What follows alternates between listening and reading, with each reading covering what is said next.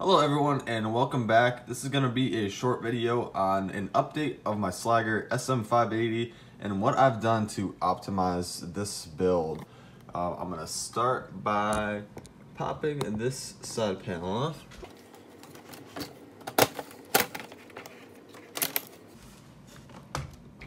Okay, to start, and you might have noticed already, is the custom cables that I've made. This is the 24-pin one here. Definitely took me a long time. I actually did them twice. So what we see here is my first attempt, and this one worked. Although it wasn't the prettiest, I definitely figured out what was going on by the end of it. You can see like a lot of them are burnt at the top, and I just wasn't happy with it. But I could give you a little size comparison on what we're looking at. What the cable saved is. This is a GPU one. Again, you can see how bad it was at the start. So if you decide to make custom cables, just know you're probably not going to get them right the first time. These are the two PCI Express ones. So you can see that these were probably about twice the length of these guys.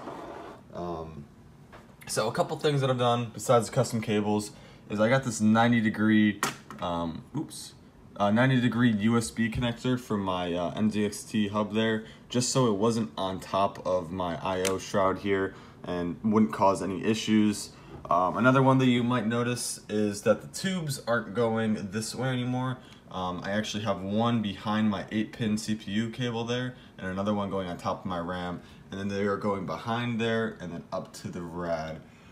So this is the older X63 NZXT cooler, and this one does not have a rotatable pump block, but my OCD would not let me have a crooked logo, so I actually disassembled my entire CPU block and rotated it. If you're interested in seeing that, I have it filmed, but I just never edited it. That was a while ago that I did that. Just never got around to it. I'm not sure if it's really relevant anymore because NZXT came out with a new AIO where the pump block is user rotatable without, disassembling anything. So that was kind of worthless at this point since they had fixed it. I'm gonna just unplug all of this.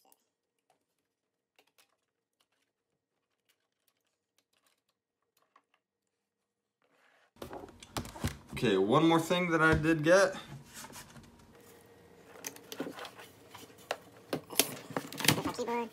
Got a bottom dust filter. You can see it does work very well, and it's a very fine mesh. This one's from Desi Filter, I believe it's pronounced. I'm not really sure.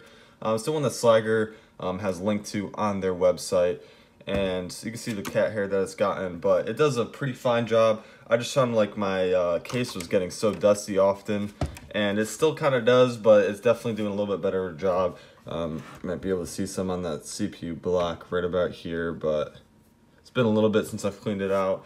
It could definitely use it. So switching over to the GPU side.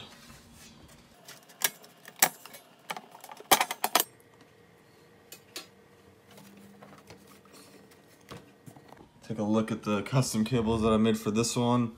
So this is actually the 6+8 that I kind of have combined into one cable. I think it came out very good. Let me get some more light in here. Very happy of how these cables came out. Again, it takes a little bit of practice. Definitely didn't get it right on my first try, but I'm happy that I redid it because it just looks so much better. Also got two more Noctuas for the bottom to kind of give it all the same exact fan. The way I have it run is I bought the Y splitter from Noctua as well, so it's a Y splitter from there to there, and it then splits into one connection, of course, because the fan headers are limited on the ITX motherboards. So they're both, the top ones are controlled by one header, the bottom ones are controlled by one header. Seems to work out very well. See the amount of dust that has built up over time though, is definitely getting time for a cleaning.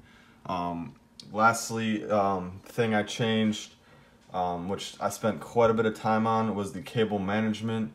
I'm going to pull out my graphics card so you can get a little bit better of a look at it. 1 second.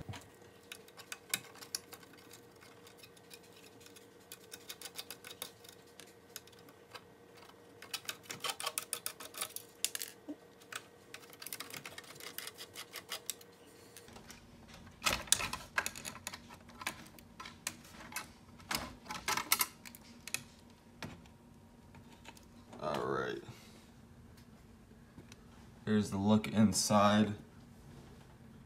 So I got the cables routed as neatly as I could against that bar. You can kind of see how this one is run. I'm just leaving it connected for now.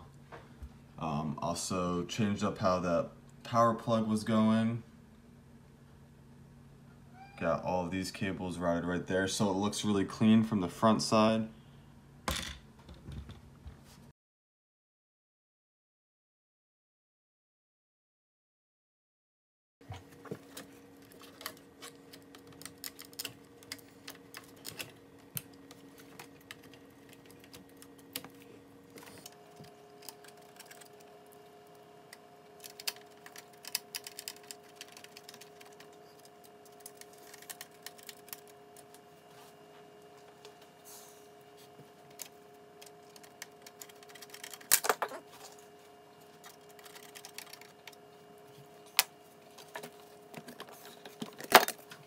Lastly, here's the view of the front. These are kind of just slapped into there and held together by a tie. I had a hard drive in here, but it was just for a temporary backup, so that's why this SATA cable is sitting there without anything plugged into it. But besides, you know, this area, which doesn't really matter much, it is tidy as I could get. I spent a lot of time trying to optimize this the best I possibly could. So yeah, this is my Slager SM580. Only other thing I can think about doing is maybe getting some more shrink wrap for that one. You see I did it for this guy over here, but it's just a little bit of a pain. Not that big of a deal, just haven't gotten around to it. But I am happy of how it sits at the moment. The only possible upgrades that I would do, which is unlikely, unless I get some good deals on it, is getting a SF750 power supply, although it isn't necessary because this thing hasn't gotten any shutdowns or anything like that. This is enough to power it, but kind of just to be a little more power efficient, get the 750 watt. And also, don't need it because I don't really do any video editing, but 32 gigabytes of RAM would be nice if I can get a nice deal on a used kit or something of the Trident Z. I might do that. Otherwise, it is basically finished. I hope you enjoyed. Maybe I gave you some inspiration on what to do with your Slager SM580, or maybe this will inspire you to build your own here. I hope you guys have a great day, and I will catch you in the next video. Peace out.